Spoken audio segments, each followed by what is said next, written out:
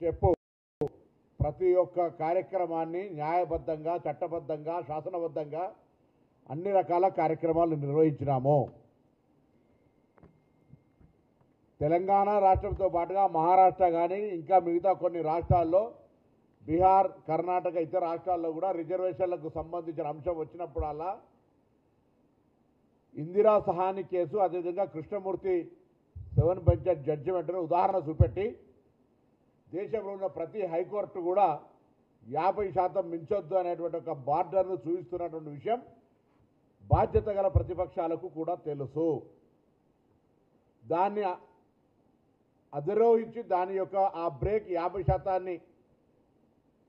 అధిగమించి రిజర్వేషన్లు తేవాలనే ప్రక్రియ కొద్దీ తెలంగాణ ఎంపైరికల్ డాటా తోటి సుప్రీంకోర్టులో ప్రముఖ అడ్వకేట్లు అయినటువంటి అభిషేక్ సింఘ్వి గారు లాంటి వాళ్ళని కూడా ఏర్పాటు చేసుకొని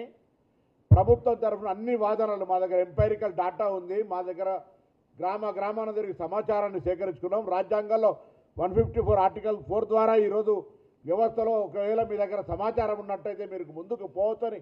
చెబుతున్నటువంటి సందర్భం ప్రకారంగా ఈరోజు మేము రిజర్వేషన్లను పెంచుకుంటున్నామని చెప్తున్నప్పటికీ కూడా వాద ప్రతిపాదనలు విని ఈరోజు 50% పరిమితి దాటద్దంటున్నటువంటి సందర్భం ఒకవైపు అయితే, నేను అడుగుతున్న ప్రతిపక్షాలు ఇలా భారతీయ జనతా పార్టీతో సహా టీఆర్ఎస్ పార్టీతో సహా ఇంత పెద్ద ఆర్గ్యుమెంట్స్ కోర్టులో జరిగినాడు. నేను అనేక సందర్భాలు ఇంప్లీడ్ కమ్మన్నా, మీ పార్టీ ఒపీనియన్ చెప్పమన్నా, ఫ్లోరా చౌదరి ఎట్లయితే సపోర్ట్ చేసిరో వచ్చి కోర్టులో కొట్లాడండి ఇలా ఈ 42% నిలవడానికి కొరకు అని అడిగితే పార్టీ పరంగా జారి పడితే నవ్వాలనేటువంటి పక్కన గోడ పక్కన నిల్చొని కోర్టులో కొట్టేస్తూ ఉంటుంటే మీరు పండుగ చేసుకున్నటువంటి రాక్షస ఆనందాన్ని పొందేటువంటి మీరు ఇవాళ బలహీన వర్గాల గురించి మాట్లాడుతూ ఉన్నారు. మేము అడుగుతున్న తెలంగాణ ప్రజాపాలన కాంగ్రెస్ ప్రభుత్వం బలహీన వర్గాలకు 42% ఇవ్వడానికి చేయని ప్రయత్నం ఏదైనా ఉంటే ఇవాళ కూడా ఛాలెంజ్ చేస్తా ఉన్నాం. మాకు చూపెట్టండి, మేము చేయడానికి సిద్ధంగా ఉన్నాం. కానీ రాజకీయ విమర్శలకు మాత్రమే పరిమితమై కోర్టు తీర్పులు 50% అధిగమించద్దని చెప్తున్నటువంటి సందర్భాన్ని దృష్టిలో పెట్టుకొని కూడా ఇవాళ వ్యవహారం నడుస్తూ ఉంటుంటే తప్పనిసరి పరిస్థితులలో ప్రభుత్వానికి సంబంధించి